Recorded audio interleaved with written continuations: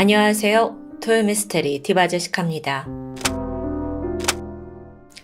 2008년 3월 24일 미국 아이오와주 911 센터에 그날은 유독 연이어 신고가 들어왔던 날입니다.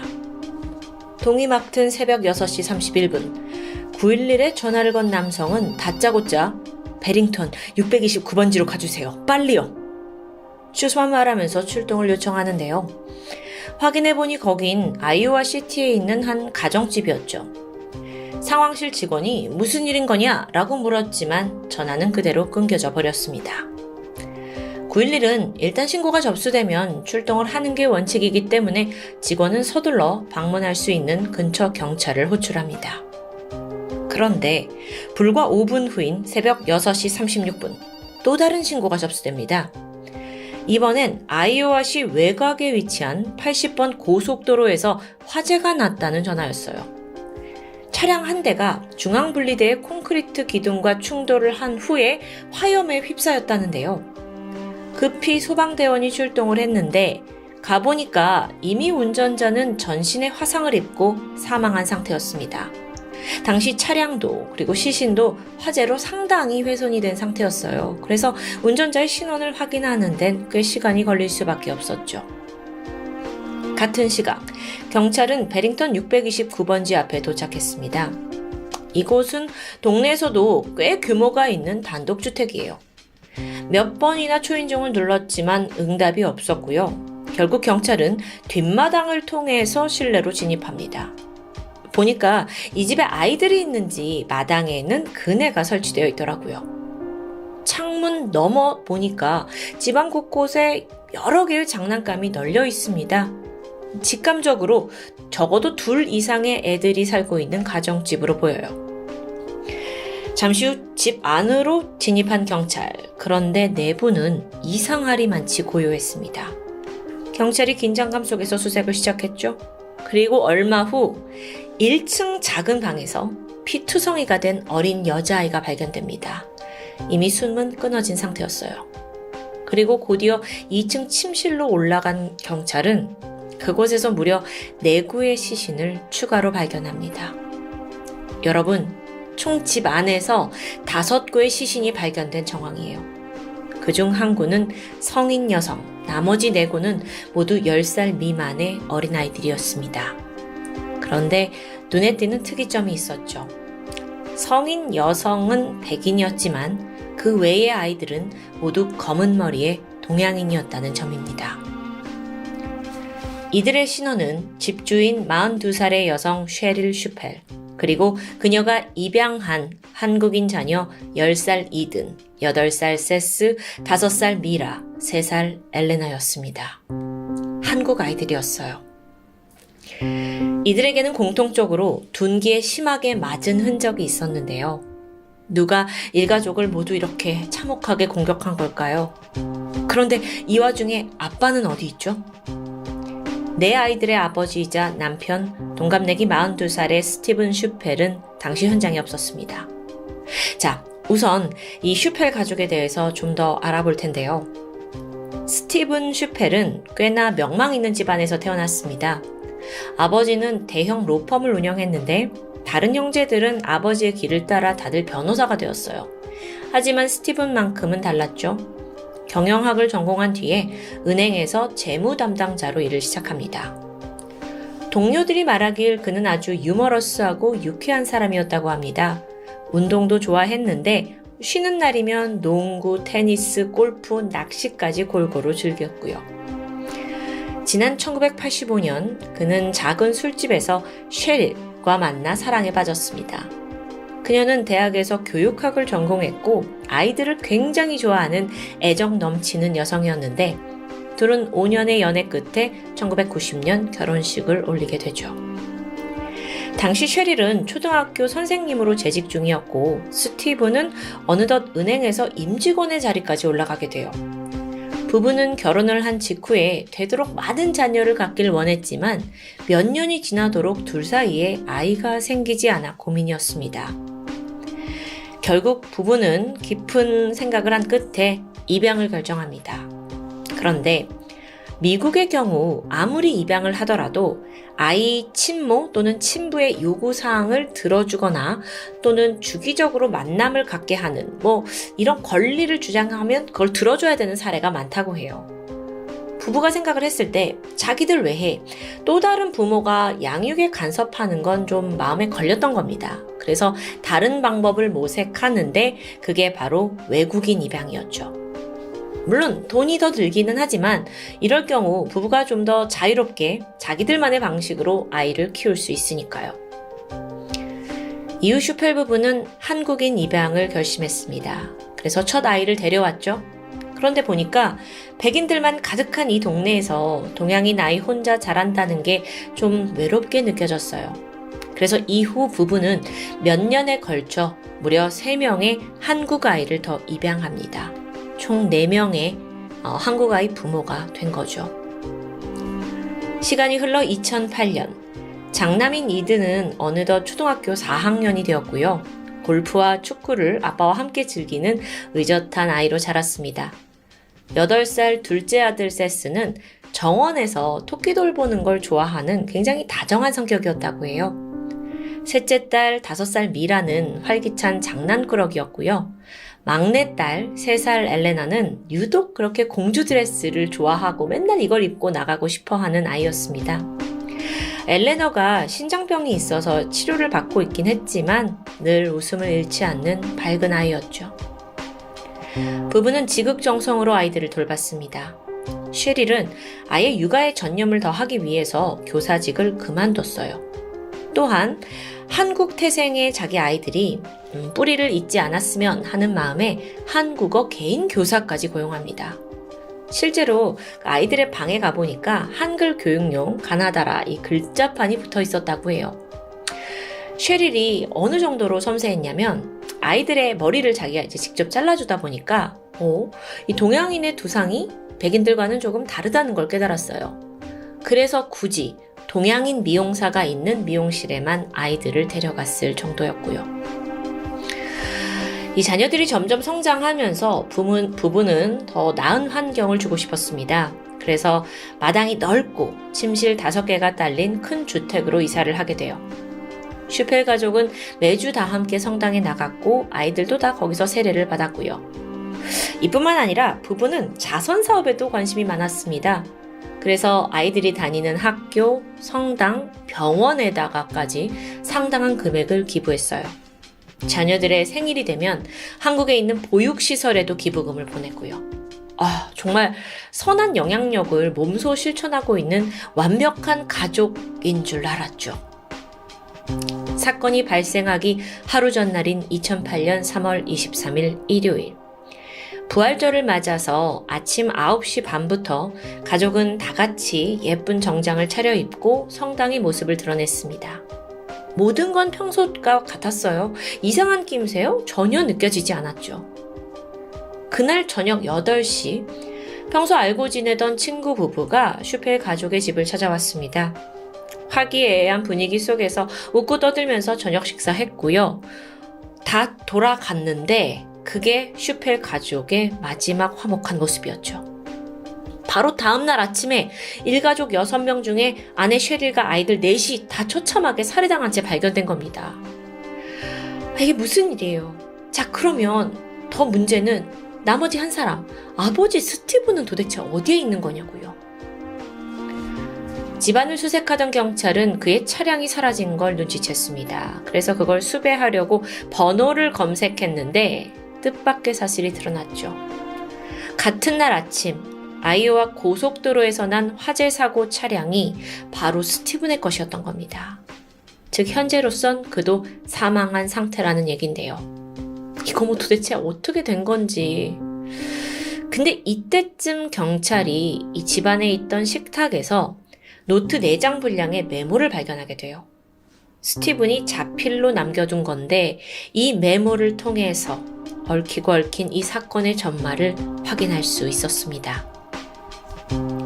지난 3월 23일 밤 11시 반, 가족들이 모두 고운히 잠든 시각에 스티븐은 돌연 악마로 돌변했습니다. 그는 2층 침실에 있던 아내 쉐리를 야구 방망이로 3개 내리쳐서 살해했고 이후 어디론가 전화를 걸게 돼요. 바로 아버지와 형이 일하던 법률사무소 사무실이었죠. 그런데 일요일 밤 11시 반이잖아요. 아무도 전화를 받지 않습니다. 그래서 자동 응답기로 넘어갔는데 여기에 스티븐이 이런 말을 남겨요.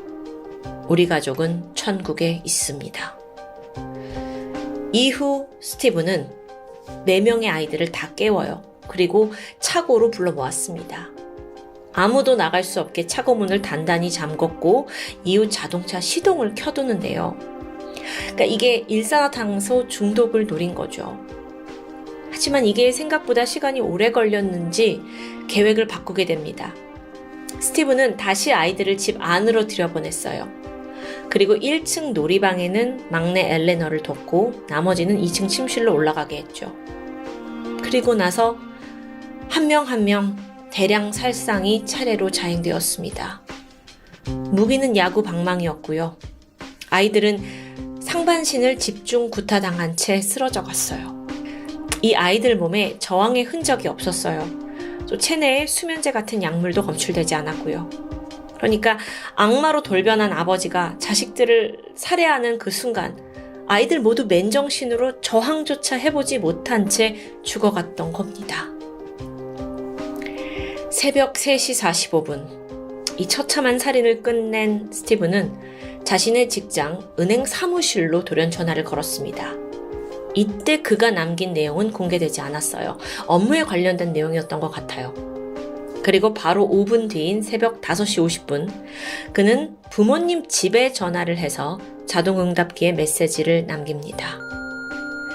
제가 한 일이 후회되지만 어쩔 수 없는 선택이었습니다. 아니, 이 사람 후회를 하긴 하는 거예요. 근데 뭐가 어쩔 수 없다는 거예요. 이후로도 기이한 행동은 계속돼요. 몇 번씩이나 부모님 집에 전화를 걸고 응답기에다가 자기가 지금 뭘 하고 있는지 낱낱이 음성으로 남겨두는 겁니다. 방금 강에 뛰어들어가서 죽으려고 했어요. 근데 몸이 쉽게 가라앉질 않네요. 그러니까 가족들을 살해한 후에 아이와 강으로 가서 투신을 시도한 거예요. 하지만 이게 실패했죠? 자, 그리고 어느덧 시간이 지나서 새벽 6시 31분 911에 전화를 해서 베링턴 629번지로 출동해달라라고 직접 신고를 한 것도 스티븐이었습니다. 그리고 나서 그는 가족용 밴을 몰고 고속도로에서 분노의 질주를 시작합니다. 점점 속도가 올라가더니 결국 스티븐은 중앙분리대를 들이받는 사고를 일으켜요. 그러면서 차량에 불까지 붙고 화재가 이어졌던 거고요. 제가 이걸 설명을 하면서도 몇 번이나 울컥했는데요. 아무래도 피해자 아이들이 한국인 입양 아이들이라서 더 감정이입이 됐던 것 같아요. 이 애들이 도대체 무슨 죄예요? 왜 이러는 거냐고요. 애들 위해서 큰 집으로 이사하고 또 여기저기 기부하고 모든 게 완벽해 보였잖아요. 근데 도대체 왜요? 이 서막을 알아보니 부부가 내 아이를 입양하고 얼마 지나지 않은 2000년으로 거슬러 올라갑니다. 당시 스티븐은 회사에서 승승장구하면서 승진 거듭했고 마침내 은행 부사장 자리까지 올라갔죠. 그런데 이런 성공과 동시에 스티븐의 부담도 가중되고 있었습니다. 가족은 많이 불어났어요. 생활비가 훨씬 늘어났죠. 또 큰 집으로 이사하면서 그 비용도 있었습니다. 게다가 기부금까지 계속 내야 해요. 겉으로는 허울 좋은 삶이었지만 사실 그는 초조해하고 있었던 겁니다. 그러다가 결국 여기서 해선 안 될 걸 하게 되는데 바로 횡령입니다. 지난 2000년부터 2007년 사이 그는 55만 9천 달러, 그러니까 한화로 약 7억 원에 달하는 금액을 은행으로부터 빼돌렸어요. 그러니까 여태 횡령한 돈으로 선한 영향력인 척 살고 있었던 거예요. 위선이죠. 그러다 2008년 2월에 드디어 덜미가 잡혔습니다. 은행으로부터 횡령 그리고 돈 세탁 혐의로 기소가 됐고 회사에서 잘리고 말아요. 당연한 일이었겠죠. 사건 한 달 전인 2008년 2월 그는 법정에 출두해서 무죄를 주장합니다. 하지만 얼마 후에 FBI에게 횡령 사실을 자백한 게 밝혀졌어요. 돌이킬 수 없어요. 죄가 자명하게 드러난 거예요. 이제 그에게 남은 건 합당한 처벌뿐이겠죠. 미국에서 횡령죄는 최고 징역 30년, 벌금은 최대 100만 달러에 처해집니다. 그의 다음 재판 기일은 2008년 4월 21일로 정해진 상황이고요. 이런 와중에 부부는 겪고 있는 어려움과 고통을 전혀 겉으로 드러내지 않았습니다. 아내 셰릴은 해고당한 남편을 대신해서 새로운 일을 시작했어요. 스티븐 역시 지역에 있는 콘크리트 회사에 취업을 했고요. 가족은 평소처럼 성당에 나갔고 모임에 참석합니다. 심지어 자녀들에게조차 전혀 힘든 내색을 보이지 않았다는데요. 하지만 스티븐은 자기가 저지른 일의 대가를 도저히 감당하기 어려웠습니다. 그리고 앞으로 자기가 감옥에 간다면 이 가족을 어떻게 해야 될지 모른다는 생각이 들었고요. 그 결과 내가 모두를 안고 가겠다라는 무책임하고 잔인한 생각으로 가족 살인이라는 더 큰 죄를 짓고야 말았던 겁니다. 여러분 정리해보면 지금 이 모든 게 지금 횡령죄에 걸려서 삶이 무너졌으니까 이걸 내가 못 버티겠다 해가지고 이렇게 저지른 거예요. 당장 먹고 살 돈이 없었던 것도 아니고요. 그냥 체면 유지를 못할 것 같아서 쪽팔려서 이런 거냐고요. 정말 이게 너무 화가 나는데요. 스티븐이 마지막으로 남긴 편지와 음성 메시지를 통해서 그는 계속 스트레스를 호소합니다. 횡령에 대한 사과도 있었고요. 동시에 내 가족들이 치욕을 안고 살 순 없다라는 말을 남겼는데 이 부분에 대해 여러분은 어떻게 생각하세요? 횡령을 저지른 사람은 스티븐 본인이지 아내 셰릴 그리고 4명의 아이들이 아니죠. 그들은 절대로 그렇게 죽어서는 안 됐습니다. 마지막으로 3월 29일 이 가족이 다니던 성당에서 일가족의 합동 장례식이 열렸습니다. 여기엔 가해자인 스티븐 슈펠의 장례도 포함되어 있었죠. 놀랍게도 그는 자신이 죽인 가족들과 묘지에 나란히 묻히게 되었습니다. 이에 대해 도무지 이해할 수 없다라는 여론의 반응이 거셌는데요. 근데 이건 사망한 셰릴, 아내의 부모님, 즉 유가족의 결정이었다고 합니다. 그들은 이거야말로 진정한 용서와 화합이라고 생각했다는데 과연 피해자들이 그곳에서 스티븐을 용서했을지는 아무도 알 수 없겠죠. 일각에서는 스티븐이 가족이 천국에 있다라고 말한 점, 또 사건이 부활절 밤에 벌어진 점에 주목하기도 했어요. 그래서 이 범행이 종교와 결합이 되어 있는 건 아니냐라는 추측도 있었죠. 설마 살인이 구원이라고 믿었던 걸까요? 하지만 가족 살해는 무엇으로도 용납이 될 수 없죠. 일가족 살인을 저지르는 사람들이 공통적으로 하는 말이 모두를 위한 일이었다라고 변명합니다. 그러나 결코 사실이 아니죠. 그저 본인의 오만함과 뒤틀린 이기심이 초래한 비극일 뿐입니다. 덕분에 더 빛나는 삶을 살았을 수도 있는 4명의 한국인 아이들 그리고 아내 셰릴의 삶은 그렇게 처참하게 끝이 났습니다. 저는 너무 화가 납니다. 지금까지 토요미스테리 디바제시카였습니다. 안녕하세요. 토요미스테리 디바제시카입니다. 여러분 오늘 스토리 정말 충격적입니다. 때는 1995년 미국 뉴욕. 20살이었던 청년 스티븐 플라들은 당시 유행하고 있던 인터넷 채팅 사이트에 푹 빠져 있었는데 그러다 어느 날 우연한 기회로 15살 소녀 알리사와 대화를 나누고 친해지게 됩니다.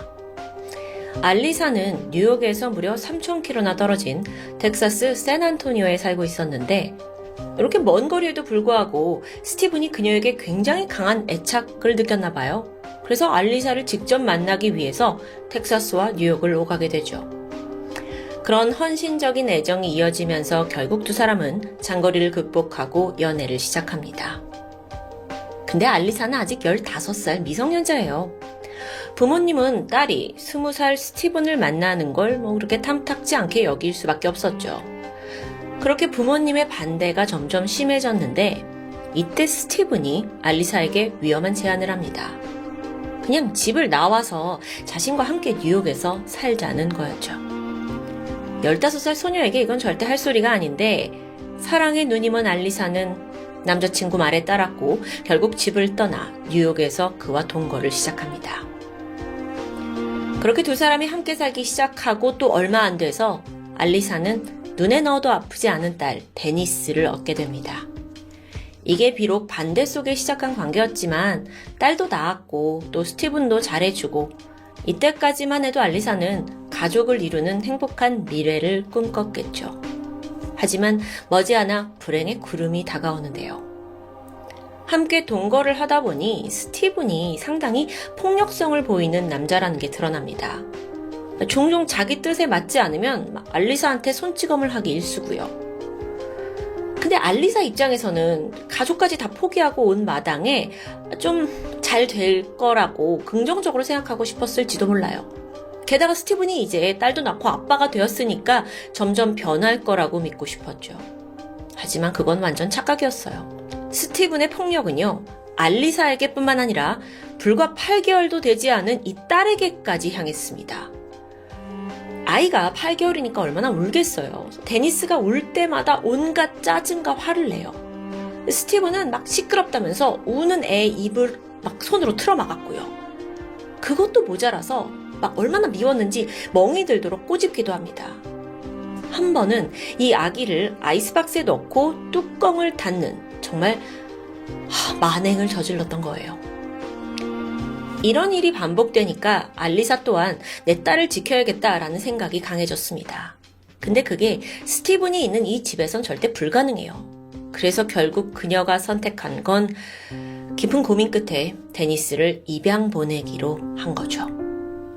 물론 스티븐과 헤어지는 것도 고려했어요. 하지만 당시 알리사의 나이가 겨우 17살, 얘도 어린아이입니다.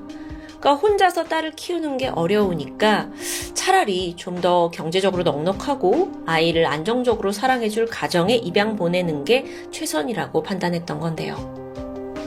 그렇게 데니스는 그곳에서 120km 떨어진 작은 마을 도버란 곳으로 입양을 갑니다. 아이의 새로운 부모는 앤서니와 켈리 푸스코 부부. 앤서니는 공무원이었고 켈리는 비서로서 굉장히 안정된 직장을 가지고 있었어요. 오랫동안 자식을 기다려온 두 사람은 데니스를 딸로 맞이하면서 아이에게 케이티라는 이름을 붙여주었죠. 그렇게 아이는 양부모 사랑을 듬뿍 받으면서 행복하게 성장합니다. 케이티가요, 동물을 굉장히 좋아하고 만화 그리는 거 좋아하고 명랑한 아이였어요. 더 자라서는 고등학교에서 치어리더를 했고 또 졸업 후에는 대학교에서 디지털 미디어를 전공할 계획까지 세워둔 상황. 그러던 2016년 1월입니다. 어느덧 18살이 된 케이티에게는 여전히 풀지 못한 숙제가 한 가지 있었습니다. 바로 친부모를 만나는 거겠죠. 물론 양부모를 너무도 사랑했지만 한편으론 나를 낳아준 친부모가 너무 궁금한 거예요. 그래서 혼자서 이걸 전전긍긍 하다가 마침내 페이스북을 통해서 친모 알리사와 연락이 닿게 됩니다. 보니까 이때 알리사 또한 가정을 이루고 잘 살고 있었어요. 18년 만에 딸과 페이스북에서 재회를 한 거예요. 이 딸이 또 너무 잘 자라서 엄마도 너무 행복했죠. 그렇게 둘은 정기적으로 연락을 주고받기 시작했는데요. 피는 물보다 진하다고 합니다. 이 케이티가 점점 자기 친모에게 강한 애착을 느끼기 시작합니다. 그리고는 아주 어려운 결정을 내리는데 이제 자기도 성인이 돼간 나이니까 이제 양부모를 떠나서 친부모에게 돌아가겠다고 선언한 거죠. 물론 이때 친모 알리사는 반대했어요. 상황을 좀 보니까 케이티를 입양 보냈잖아요, 어렸을 때. 그리고 알리사는 여전히 스티븐과 있었습니다. 그리고 두 사람은 정식으로 혼인신고를 하기도 했어요. 시간이 지나 둘 사이에 또 다른 2명의 아이까지 생겨났죠. 다행히 스티븐은 폭력성이 전보다 좀 줄어든 듯 하긴 했지만 여전히 툭하면 언어폭력을 일삼는 사람입니다. 게다가요, 화가 풀리지 않으면 막 분노를 참지 못해서 길고양이를 잡아다가 죽이기까지 하는 과격한 행동은 좀 여전해요.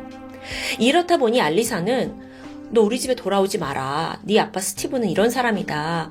케이티 너한테까지 폭력을 휘두를까 내가 너무 걱정된다. 라고 우려했습니다. 또 심지어 알리사와 스티븐의 관계가 당시 그렇게 좋지 않았다고 해요. 거의 틀어진 상황이었고요. 근데 케이티의 생각은 달랐어요.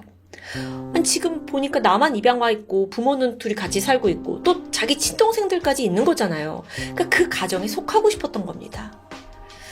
충분히 그 마음은 또 이해가 되죠. 이게 아무래도 오랜 결핍 때문이겠죠.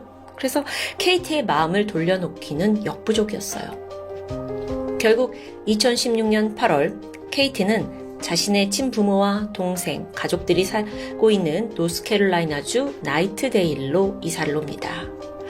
너무도 설렜겠죠. 그래서 집으로 왔는데 그때부터 상황은 최악으로 치닫게 돼요.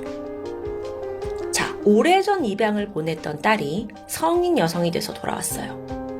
처음에는 다들 조금 어색하고 서먹할 수 있죠. 그런데 이 집안 분위기가 좀 이상하게 흘러갑니다. 그 이유가 뭐였냐면 친아빠인 스티븐이 성인이 된 딸 케이티에게 노골적인 관심을 드러냈기 때문이에요. 아버지로서가 아니라 남자로서요. 이 케이티가 돌아온 후부터 스티븐은 갑자기 막 길게 기르던 수염, 머리 다 자르고 깔끔하게 변신하고요. 스키니 진의 셔츠, 약간 젊어 보이게 꾸미기 시작합니다. 그러면서 막 케이티한테 과한 애정을 보였고 또 심지어 나 오늘 밤은 케이티 방에서 함께 자겠다는 고집을 부리는 거예요. 아니 18살 다 큰 이 처녀의 방에서 아빠가 같이 자는 건 좀 이상하잖아요. 그래서 알리사는 또 이 남자가 어떤 남자인지 아니까 크게 화를 냈어요. 그러지 말라고. 하지만 그는 사실 수년간 알리사를 좀 폭언으로 짓누르면서 살아왔던 인물이잖아요. 그러면서 아빠가 딸이랑 같이 자는 게 뭐가 이상하냐 라면서 오히려 알리사를 이상한 사람으로 몰고 갔다고 하는데요. 자, 이런 상황이 지속되면서 알리사가 결심합니다. 이거 안 되겠구나. 스티븐과 이혼을 해야겠구나. 이제 아이들을 내가 구해야겠구나 생각해요. 딸들을 지켜야죠. 그러던 어느 날입니다. 우연히 알리사가 이 케이티 말고 그 밑에 있는 두 딸 중에 11살 된 딸의 일기장을 보게 돼요. 그런데 그 일기장에 온갖 추악한 이야기가 담겨져 있었죠. 아빠 스티븐은 우리한테 케이티를 언니가 아니라 새엄마라고 부르라고 했다. 이게 무슨 말도 안 되는 소리예요. 이뿐만이 아니라 아이들한테 케이티가 사실 임신했다고까지 말한 거예요. 이 충격의 일기장을 발견한 알리사는 완전 뒤집어지죠. 그러면서 너가 어떻게 이런 짓을 할 수 있냐면서 막 울부짖었습니다. 근데 스티븐은 태어났어요. 오히려 뻔뻔했죠. 네가 몰라서 그러는데 나와 케이티는 진짜 사랑에 빠진 거라는 주장. 아니 잠깐만요. 우리가 지금 케이티의 입장을 한 번도 들어보질 못했는데 여기에 동의를 한 걸까요? 안타깝게도 그녀는 친아빠 스티븐의 가스라이팅에 넘어간 상태였습니다. 케이티가 친부모 집에서 살기 시작했을 때 당시 스티븐은 직업이 없었어요. 그러니까 아내가 하루 종일 핸드폰 매장에 나가서 일을 하고 돈을 벌어왔죠. 그러다 보니 집안에는 자연스럽게 스티븐과 케이티가 주로 남게 되었는데요. 이때 둘이 말도 안 되는 유대 관계를 형성했던 거예요. 그리고 스티븐의 계략대로 넘지 말아야 할 아버지와 딸 간의 사랑이라는 그 선까지 넘고 만 거고요. 진짜 말도 안 나와요. 딸을 지켜줘야 할 아버지가 자기 딸을 꼬드겨서 사귀게 만든다는 이런 무슨 역겨운 스토리가 다 있습니까? 2017년 7월 스티븐과 케이티는 결국 결혼을 올리게 됩니다. 이게 법적으로 어떻게 가능했냐면요. 호적상 케이티는 입양이 된 상태잖아요. 그래서 스티븐의 딸이 아닌 거예요. 호적상으로는. 그래서 서류상으로 결혼은 문제가 되지 않았다고 해요. 아니 그런데 이 결혼식이 더 기괴했던 이유는 하객들 사진에 있습니다. 결혼식을 보면 케이티의 양부모, 키워준 양부모와 또 스티븐의 어머니, 그래봤자 뭐 케이티의 친할머니가 되겠죠? 이들이 다 참석해서 두 사람을 축복해주고 있어요. 이게 뭐예요? 이건 진짜 드라마에도 나올 수 없는 막장인 거잖아요. 나중에 케이티의 양어머니, 키워준 엄마가 밝히길 당시에 두 사람은 성인이 된 케이티의 선택을 존중했고 그녀를 지원해주는 게 최선이었다고 믿었다고 말합니다. 아니요, 이건 무책임한 거라고 전 생각하는데요.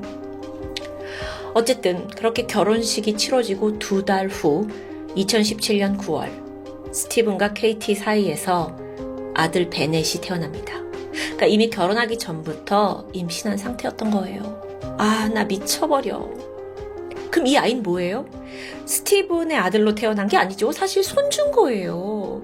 이게 뭡니까? 사실 여기까지 온 것도 말이 되지 않는데 이게 완전 더러운 근친인 거죠. 결국 2018년 1월, 자, 이때 버지니아 당국이 뒤늦게 케이티와 스티븐, 이 두 사람은 결혼하면 안 되는 거잖아. 부녀 관계잖아. 라는 걸 파악합니다. 그리고 법적 제재에 나서요. 자, 그렇게 되면 스티븐은 미성년자 강간, 또 비행에 기여한 혐의, 근친상간 혐의로 체포될 수밖에 없어요. 그리고 또 두 번 다시 케이티와 아예 만날 수 없도록 분리 조치되었고요. 자, 그런데 이 과정에서 스티븐의 변호사 측이 아주 소름 끼치는 주장을 펼칩니다. 스티븐과 케이티의 관계가 합의된 것이었기 때문에 강간 혐의를 적용할 수 없다는 거예요. 아버지와 딸이 그냥 사랑을 했다는 주장입니다. 심지어 변호사는 이 둘의 사랑을 두둔했는데요. 40대 남성 스티븐이 당시 아내와 어려운 시기를 겪고 있었다. 그런 그의 앞에 예쁜 이 18살 소녀가 나타났는데 어떻게 사랑에 빠지지 않을 수 있겠는가. 이게 지금 변호사가 한 말이라고요? 저는 정말 믿을 수가 없어요. 그러면서 두 사람은 생물학적 문제를 능가할 만큼 아주 깊은 사랑을 한 거라고 말합니다. 당연하게도 재판부는 이 기괴한 주장을 받아주지 않았고요. 그 결과 스티븐은 징역형을 선고받아요. 하지만 같은 해 3월 접근 금지를 받아들이는 조건으로 보석으로 풀려납니다. 이렇게 일단 세상엔 나오게 되죠. 또 둘 사이에서 태어난 베넷, 이 아이의 양육권은 스티븐의 어머니에게 넘어갔고요. 케이티가 아닌 스티븐의 어머니, 그러니까 케이티의 친할머니요. 아, 이게 좀 복잡하죠. 이런 생각이 들어요. 어쩌면 그 입양됐던 케이티는 마치 자신의 엄마가 10대 때 겪은 것처럼 스티븐이 주도해서 만든 이 상황에 또다시 엮인 건 아닐까요? 뒤늦게 이제 자기의 남편이자 아버지인 스티븐이 이제 징역형을 받고 이거 아닌가 보다 하고 정신을 차린 그녀는 스티븐과의 관계를 정리하고자 했습니다. 그리고 황급히 자신을 키워준 양아버지가 살고 있는 뉴욕주 도버로 돌아갔어요. 그런데 이때 스티븐은 이 상황을 순순히 받아들일 수 없었죠. 그리고 아주 끔찍한 일을 저지르게 됩니다. 2018년 4월 11일 스티븐은 노스캐롤라이나에 있는 자신의 어머니 집으로 향했습니다. 근데 어머니 몰랐어요. 몰래 위층으로 올라갔는데 거기에는 자신과 케이티 사이에서 태어난 7개월짜리 베넷이 잠들어 있었죠. 당시에 스티븐은요, 케이티와의 접촉이 금지되어 있었던 상황이에요. 하지만 베넷과의 만남에 대해선 제재가 없는 상황인데요. 베넷, 아이를 마주한 스티븐은 곧장 아이의 얼굴에 베개를 덮었습니다. 그리고 세게 누르기 시작했죠. 얼마 뒤 아기는 더 이상 저항하지 않았고 그는 사망한 베넷의 시신을 옷장 안에 숨겨둔 후 유유히 어머니 집을 빠져나옵니다. 그리고 다음으론 뉴욕으로 향했죠. 다음 목표는 케이티와 그녀의 양아버지 앤서니였습니다. 밤새 900km를 달려서 이들 집에 도착했어요. 차를 주차해놓고 동태를 살폈죠. 그런데 이때 이미 스티븐은 철저히 계획을 가지고 있었는데요. 그는 케이티가 양아버지와 함께 목요일마다 할머니 댁에 간다는 걸 알고 있었습니다. 이날을 노린 거예요. 잠시 후 예정대로 케이티가 양아버지 앤서니의 차를 타고 집을 나섰고요. 그 뒤를 스티븐이 은밀히 따라붙습니다. 그리고 앤서니가 차가 신호에 걸려서 잠깐 도로에 정차하게 되는데 이때 스티븐은 그들 옆에 나란히 차를 세워요. 그리고 창문을 내렸죠. 케이티 그리고 앤서니와 눈이 마주친 순간 그는 망설임 없이 소총을 발사했습니다. 케이티와 앤서니는 현장에서 즉사합니다. 이 두 사람의 죽음을 확인한 후 스티븐은 자신의 어머니에게 모든 걸 체념한 듯 전화를 걸었고 범행 일체를 털어놓게 돼요.